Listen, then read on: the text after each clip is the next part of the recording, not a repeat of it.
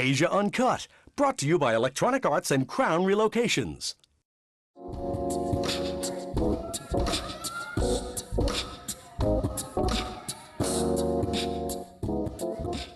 Jon was feeling a bit depressed, so we sent him down to meet Taylor McFerrin in Singapore to ask if his famous father had any advice for him.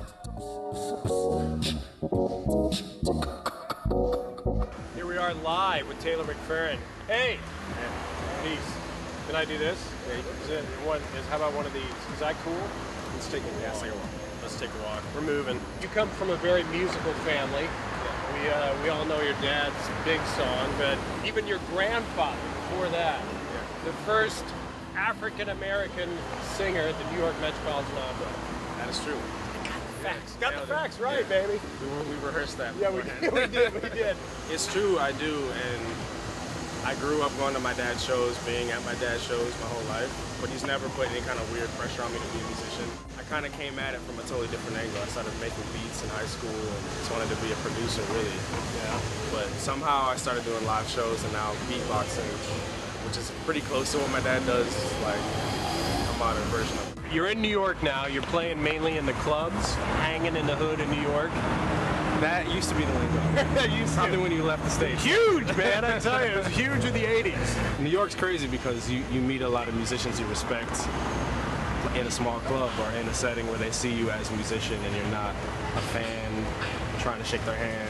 Who are your idols? Who are your inspirations? Hall & Oates? Hall & Oates are dope. Yeah. They're big, huh? Billy Joel? Actually, Hall & Oates have one of the most sampled songs in hip-hop. Get out of here. That song, I can't go for that. I can't go for that, yeah. It's in like at least 10 tracks. Really? I had no idea. It's true. It's probably, I swear, like every year I hear that sample somewhere, like buried in a song. What do you do other than music? You got to do something. Sports? Big sports guy? I could dunk in high school. Get out of here. Dude, what are you, like 5'11", 6 foot? I could dunk for like my senior year when I was in. Should we test your vertical? No, I can't even jump anymore. You're only 20, you're going to be 28. 28, It's not like you're that old. I could get back into shape, but when you decide to become a musician professionally, you kind of get out of shape? Yeah. Can I touch your hair just a little bit on camera? Which one can I touch? The fork or the... We talked about this. It's a little very awkward moment we're having. Is this awkward for you? Or is it real, or is it an extension? I get a lot of crazy questions about my hair, but I let it lock naturally, like starting 7 years ago. That's pretty cool. So it's gone through many phases. This is phase 7. All right, so we have to talk about your dad. So everybody, of course, talks about Don't Worry, Be Happy, but believe it or not, there was actually more. Yeah. The guy actually had a big career. My dad's had a crazy career. I mean, he's played with Herbie Hancock, Ron Carter. He still plays with Chick Corea and Jack DeJohnette. And Don't Worry, Be Happy was just like such a random, it was really like a random fluke hit. And really, I was more stressed about being a musician on my own than he ever like made me by any sort of pressure. You know, if your dad does something, it's always weird to follow that same path. But I think that's why I got into hip hop and making beats, because it was so opposite of what he was doing. Could you teach a non-sophisticated, uncoordinated, unhip white guy like me on a hip hop? Probably not. No. Yeah, okay, good. If I build up my credentials like that, there's just no hope, right? Taylor, Cheers. It's been fun, man. Yeah. Taylor McFerrin. Everyone check him out. Where can they get your music? I'm on iTunes. I have a lot of bands. Just check me out on MySpace, Facebook.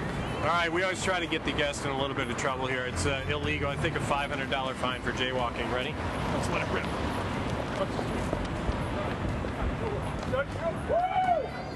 Didn't see that coming, did you?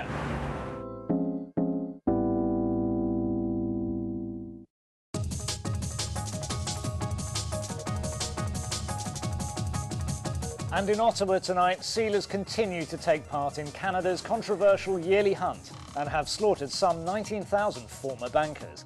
It's been calm and orderly, said Phil Jenkins, a spokesman for Canada's Fisheries and Oceans Department. He also said there's been a huge sense of community. The main hunt off the northeast coast of Newfoundland will kick off tonight, said Jenkins. Some 180,000 bankers recently released onto the Newfoundland ice are expected to be slaughtered during this final phase. The bankers are hunted mainly for their pelts, but also for meat and fat, which is used in beauty products. The Canadian hunt has been fiercely criticised by the banking ombudsman, who says it's cruel.